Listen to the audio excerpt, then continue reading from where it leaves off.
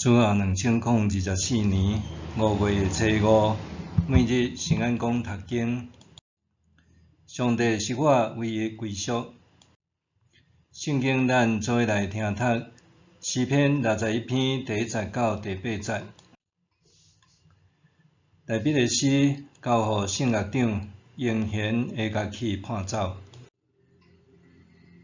上帝啊，求你听我的求救，乐听我的祈祷。我的心失志的时，要对地的极头求救你，求你带我到比我较悬的石盘，因为你是我的避难所，做我坚固的堡垒，通抵抗对敌。我要永远住伫你的布边，秘伫你的膝骨下。上帝啊，我所下的愿，你有听见。你有将产业赐予敬畏你的人。你要加添王的岁寿，予伊的年岁到世世代代。愿意伫上帝面前举长掌权，愿意用慈爱甲信实保护伊。安尼，我要不时唱歌称赞你的名，日日谢我的愿。上帝是我唯一归属。2019年上映一部真实故事改编的电影，剧名《幸福绿皮书》。故事背景是1962年代种族歧视严重的美国，讲述一位意大利的美籍白人当年受迫失业。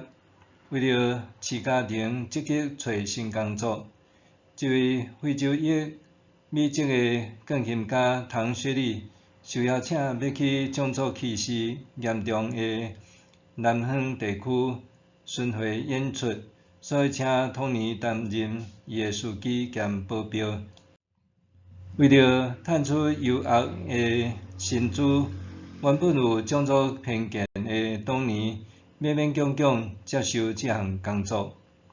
此前，唐雪莉的唱片公司予当年一本黑人教士绿皮书，提醒伊务必照册中介绍的旅馆、餐厅等店家寄宿用餐，通好，予因会当如期伫圣诞节以前平安归返。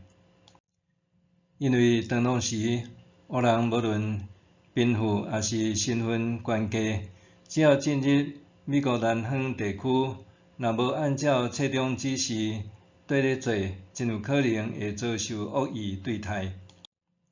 一黑一白的两位男主角就安尼展开对纽约往南方阿拉巴马州的路程。种族、性格、家世拢无共的两个人，对着旅途中经历各种的难题，对互不接纳、彼此误解，渐渐体悟出对方伫各自环境中的无容易，也会当坦然接纳彼此的差异，搁试图去理解对方的世界。伫这段旅程中，两人拢开启对方新的视野。有一遍，唐雪莉伫白人餐厅受拒绝，看到当年为伊甲头家冤家，所以愿意缀当年去当地黑人俱乐部用餐，搁透过音乐感受到受接纳的归属感。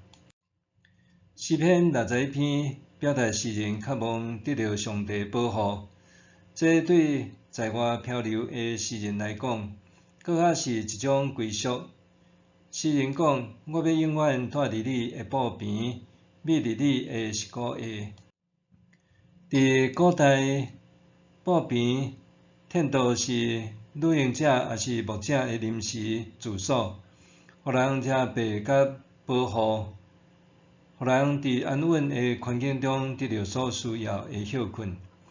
诗人毋但外在得到妥当的照顾，伊的心搁较因为上帝保护得到安稳，亲像一只鸟仔囝拄得互鸟仔某用羽毛惹白，鸟仔某用家己的羽毛来为鸟仔囝遮风挡雨，也用家己的体温为鸟仔囝带来温暖。